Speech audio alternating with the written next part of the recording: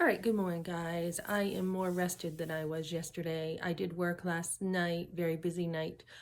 We got slammed. Anyways, I want to talk about how do you afford a lawyer when you don't have money for a lawyer. So I was talking to a lot of attorneys yesterday, and the other night when I was talking to an attorney, you have free legal advice too, right? With some people, some attorneys. So I took advantage of that, and he's like, get a lawyer. He's like, all I can tell you is get a lawyer. He's like, this non-representative guy is an a-hole. I'll tell you that right off the bat. And I already knew it. So he's like, get a lawyer. And I'm thinking, how can I get a lawyer? I'm like dirt poor. And so I'm thinking about all these resources I could look into that help, right? With free lawyers, or I called Focus on the Family and looked into these Christian lawyers that actually have like these clinics that you could get help with, right? So there's that. And then I was talking to different attorneys, just free advice. Just call them up, tell them your story, and they'll give you their 2 cents. They'll be more than happy to give you their 2 cents. A lot of them are pretty aggressive. So one of the guys is like, look, you hire me and I will wipe this guy, Kevin. I will mop him with the floor. I will wipe him right off this case. He's like, I will investigate him and I will do all this stuff to see that he truly did the filings. He's like, hire me. And another attorney, you want a lot of counsel. Another attorney's like, look, he doesn't have a lot of assets, so you're not going to really get a lot, either way, alimony or child support. And if you can make more money, which I can, I mean, I'm a go-getter.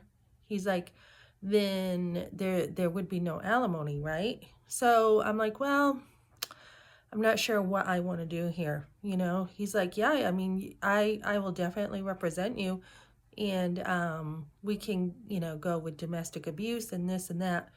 And so he's like, really, ultimately, it's your decision what you want to do. So one lawyer said, no matter how much you get, it's not going to take care of that he was not acted in a husbandly way to you, right? And I get that. A husband's supposed to lay down his life for you. He's supposed to put you before himself, right? So I get that. I get all that. So I did decide to go with an attorney. I decided to take this other attorney's advice just because there is so much you're dealing with. And so far I've self-represented myself and I've done very well. But I'm like, Melissa, do you really want to have to go through this yourself? And the answer is no. So how do you get an attorney when you cannot afford an attorney? So this attorney is sending me information and we have it set up that he is going to be my limited representative. So I'm not having like either attorney or no attorney. I'm having like some middle ground here where he is going to be looking at stuff for me. So that's going to be what I'm doing so that I do have some help. But how do you afford it? Use the free resources. I was like, Melissa, you've been using free resources around you for rent, electric, food pantries. I'm like, continue doing that. Why would you say that you can't afford an attorney?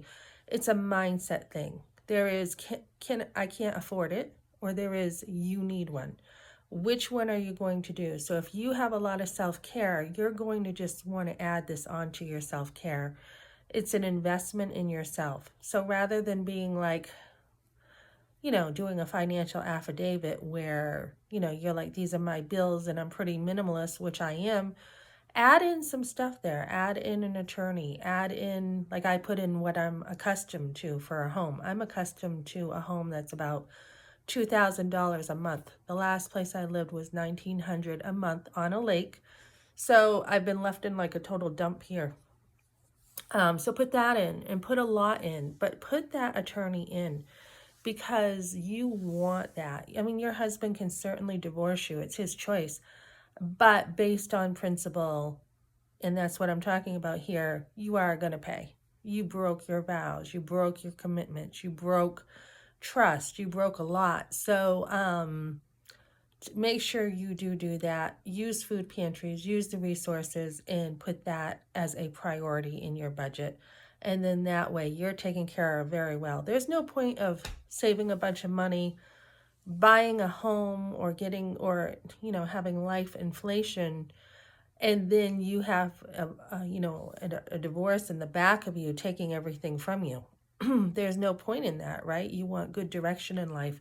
So you want to slow things down and say, which way am I going? And for me, I want this dealt with well. I mean, I don't want anything, no strings, nothing untied, nothing left. This guy has nothing on me. I don't have a criminal record. I've lived a pretty good life. He's got nothing on me. Okay. So I'm not worried about that. I don't even, there's nothing there, but I want this dealt with well. And that's what we should ask for ourselves. If we really are getting trashed by our husbands, we should at least be getting good representation so that we come out of this well. No matter which way it goes, you are well taken care of. So that's what I got for now, guys.